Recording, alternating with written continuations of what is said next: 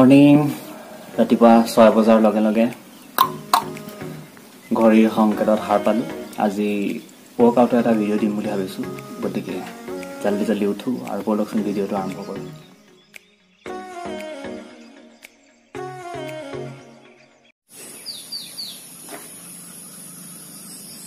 একাপ চাহ লৈ আহি বাহিৰত বহিছোঁহি। ৰাতিপুৱা এই সময়ত পৰিৱেশটো ইমান সুন্দৰ হৈ থাকে আৰু প্ৰকৃতিখন ইমান শান্ত হৈ থাকে, চাৰিওফালে চৰাই চিৰিকটিৰ মাত। এই সময়খিনি উপভোগ কৰি খুব ভাল লাগে। মই আপোনালোকক এবাৰ চাৰিওফালৰ পৰিৱেশটো দেখাইছোঁ। মই ঘৰৰ সন্মুখৰ পৰিৱেশটো আপোনালোকক এবাৰ দেখাই দিছোঁ। চাৰিওফালে মাথো সেউজীয়া আৰু সেউজীয়া। সন্মুখত ডাঙৰ পথাৰ, পুখুৰী এটা আছে। নিৰিবিলি পৰিৱেশ। পেপাৰখন দি থৈ গৈছে, এখন লৈ লওঁ।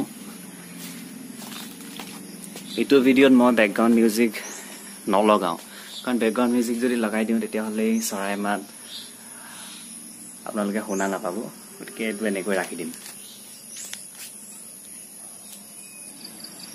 এতিয়া অলপ ৱৰ্কআউট কৰিম।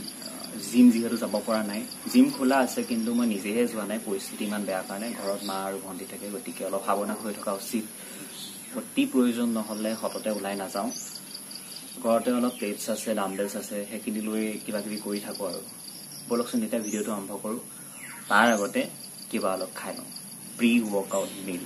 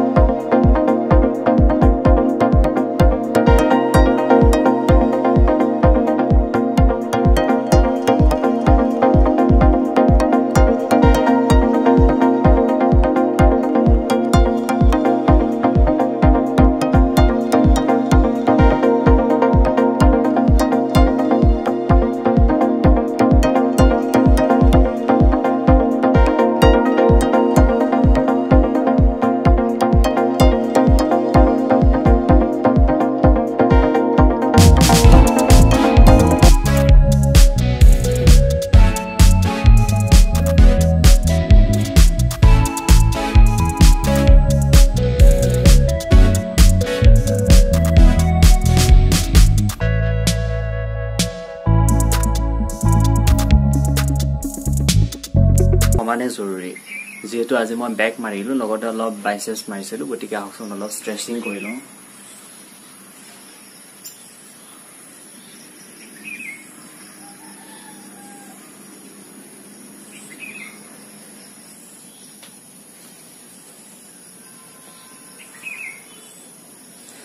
10 সেকেন্ড মান হোল্ড কৰিলে হ'ল